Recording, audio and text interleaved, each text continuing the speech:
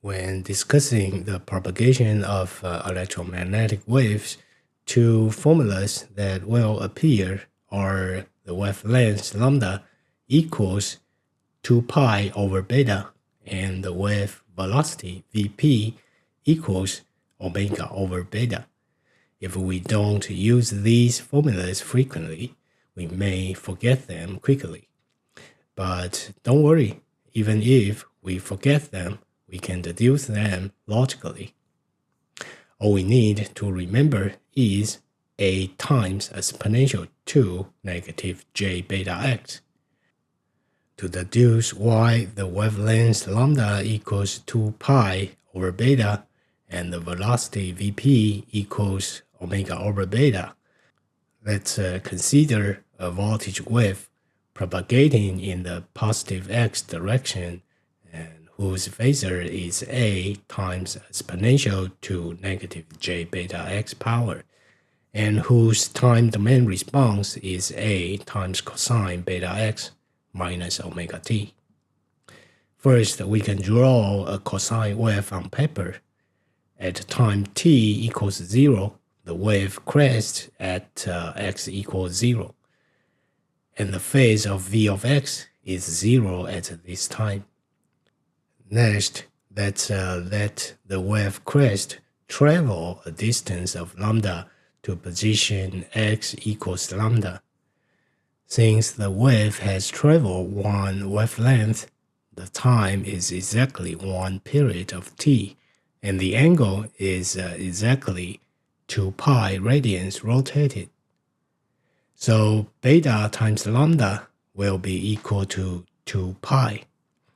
This leads to the first formula, wavelength lambda equals 2 pi over beta.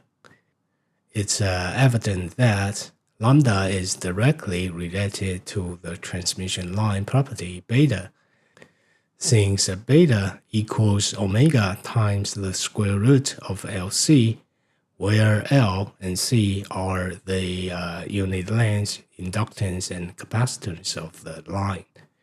They are related to the geometry and material used to make the transmission line.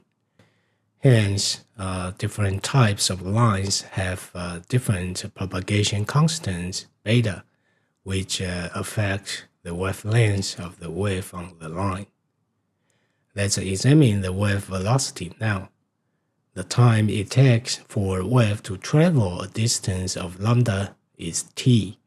Therefore, the second formula, wave velocity Vp equals lambda divided by t, will be equal to lambda times f. However, Vp equals lambda times f does not appear useful because it does not show any relationship with the line properties. We can use substitutions from the formula lambda equals 2 pi over beta and beta equals omega times the square root of LC and f equals omega divided by 2 pi to obtain Vp equals omega over beta. This shows how fast signals of various frequencies propagate on various transmission lines. By substituting beta with omega times the square root of LC, we can obtain Vp equals 1 over the square root of LC. Okay, now the wavelength and wave speed can be directly related to the line properties. Next, we can examine the speed of the wave in a vacuum or a medium.